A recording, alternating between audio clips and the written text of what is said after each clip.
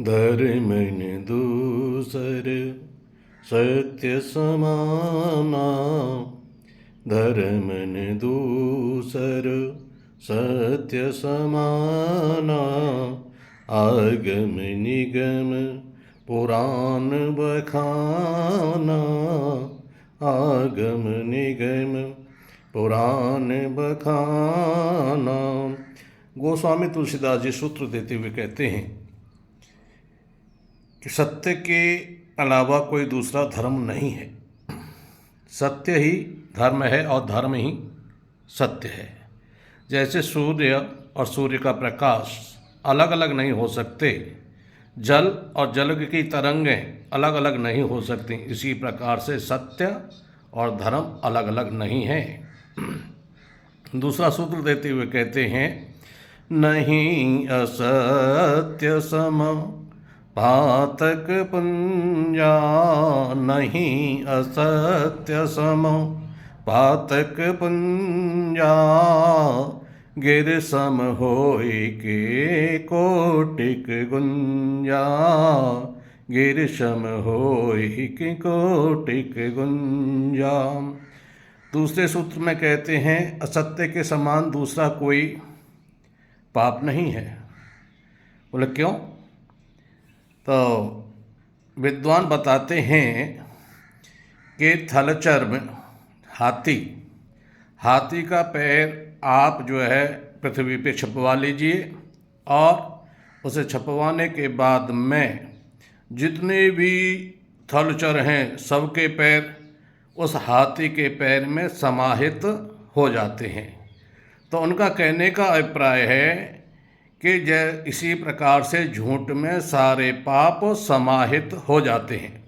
जो व्यक्ति झूठ बोलते हैं ना, वह विशेष रूप से अपराध करते हैं, और जो व्यक्ति झूठ नहीं बोलते वह सभी अपराधों से बच जाते हैं। जैसे कि एक संत रहते थे जंगल में। संत जंगल में रहा करते थे, तो कोई चोर उनके आश्रम के पास होकर के निकलता था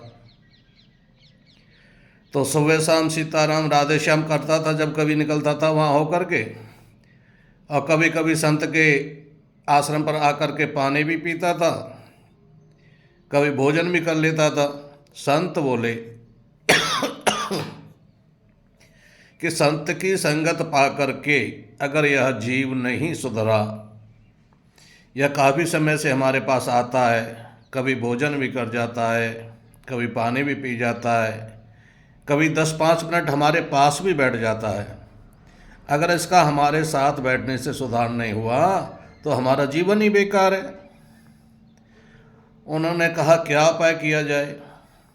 उन्होंने विचार बनाया, कल आएगा तो हम कल इससे बात करेंगे। जैसे ही दूसरे दिन चोर आया, चोर से संत ने कहा, रे लाला तो बहुत दिनों से हमारे पास आ रहा है, जा रहा है, संगत कर रहा है। बोले हाँ गुरुजी, बहुत दिन हो गए आते जाते। बोले आप हमको गुरु भी कह रहे हो? बोले गुरु तो आप हैं। बोले अगर आप हमको गुरु कह रहे हो, हमको संत मानते हो, तो आप एक हमारी बात मान लीजिए। चोर कहता है, गुरुजी सारी बातें मान लूँगा लेकिन एक बात नहीं मानूंगा, उसके लिए आपसे मैं पहले ही मना कर देता हूँ। बोले क्या नहीं मानोगे? बोले मैं चोरी करना नहीं छोड़ूंगा। संत विवेकी थे।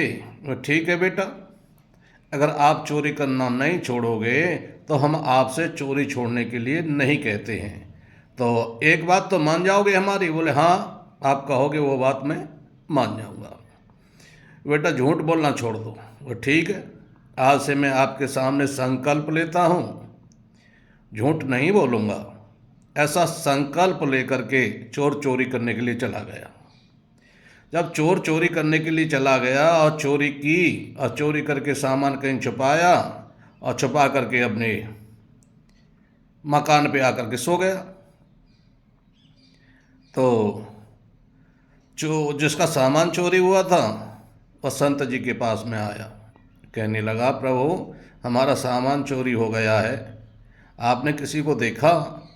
बोले भाई देखो मैंने किसी को देखा तो नहीं है, लेकिन जो चोर है ना, जो चोरी करता है, जो प्रसिद्ध चोर है हमारे क्षेत्र का, बोले जी, बोले उस समय, इस समय वह जो है सत्य बोलने लगा है। आप उसके पास जाएं और उससे पूछें क्या आपने हमारी चोरी की है, तो आपको यथार्थ बता देगा। चोरी की होगी तो भी बता देगा, नहीं की होगी तो भी बता देगा। और उसे मालूम होगा कि किसने चोरी की है तो भी बता देगा। बोले अच्छा जी, बोले हाँ। बोले चोरी भी सत्य बोलते हैं? बोले सभी नहीं बोलते, लेकिन हमारे इस क्षेत्र का जो चोर है वह सत्यवादी है। बोले कब से हुआ? बोले अभी कुछ समय हुआ है। वो ठीक है गुरुदेव, मैं जाता हूँ। वह चोर के पास में गया, घूमता घामता, दो एक आध आदमी और थे साथ में। अरे पूछा, भैया आपको मालूम है कि हमारा सामान चोरी हो गया है? आपको मालूम है कोई ले गया है? आपकी नज़र में हो कोई आदमी हो ऐसा जो चोरी करता हो? बोले हम ही ले गए।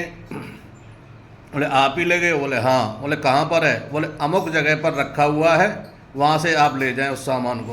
बोले ठीक है जी। उसने बताया और वो सामान को वहाँ से लेकर के चला गया। और जब सामान को लेकर के वहाँ से चला गया, वह दूसरे दिन फिर चोरी करने के लिए गया। दूसरे दिन चोरी करने के लिए गया तो वहाँ से मालूम पड़ा कि हमारा जो चोर है वह सत्यवादी है। वो दूसरा व्यक्ति भी ऐसे घूमते घामते आया और उसने कहा, अरे भैया हमारा सामान चोरी हो गया, आपको मालूम है क्या? बोले हाँ हमें मालूम है। बोले कौन लाया? बोले हम ही लाए हैं। बोले कहाँ पर रखा है? बोले अमुक जगह पर रखा है, वहाँ से आप ले जाइए। 4-6 दिन उसने जब ऐसा किया तो उसे मालूम पड़ा रात भर वैसे ही मेहनत करते जाती है, कुछ भी पल्ले नहीं पड़ता। इससे तो ऐसा है अब हम चोरी को छोड़ दें, क्योंकि सत्य को तो छोड़ नहीं सकते, संत को वचन दिया है। चोरी को छोड़ दें। चोरी छोड़ दी और चोरी छोड़ने के बाद में अपना मेहनत करता है और मेहनत से अपना जीवन यापन करने लगा। तो कहने का अभिप्राय ये है देवताओं, विशेष रूप से अगर आप सत्य से, संतों से, भगवान से, नारायण से जुड़े रहोगे तो आप बहुत पापों से बच जाओगे। अगर आप किसी संत के सानिध्य में रहते हैं तो संत की बात को माने। शास्त्र पढ़ते हैं तो शास्त्र पढ़ने का मतलब है शास्त्र का अवलोकन करना, नहीं कि उसका पहले मन वो करें, पढ़ें, स्वाध्याय करें, मनन करें और मनन के बाद में निधिध्यासन करें। तो आपके भी जो अंतःकरण में दूषित विचार हैं वह दूषित विचार निकल करके बाहर भाग जाएंगे और आपका अंतःकरण शुद्ध हो जाएगा। जय श्री राधे, जय श्री कृष्णा।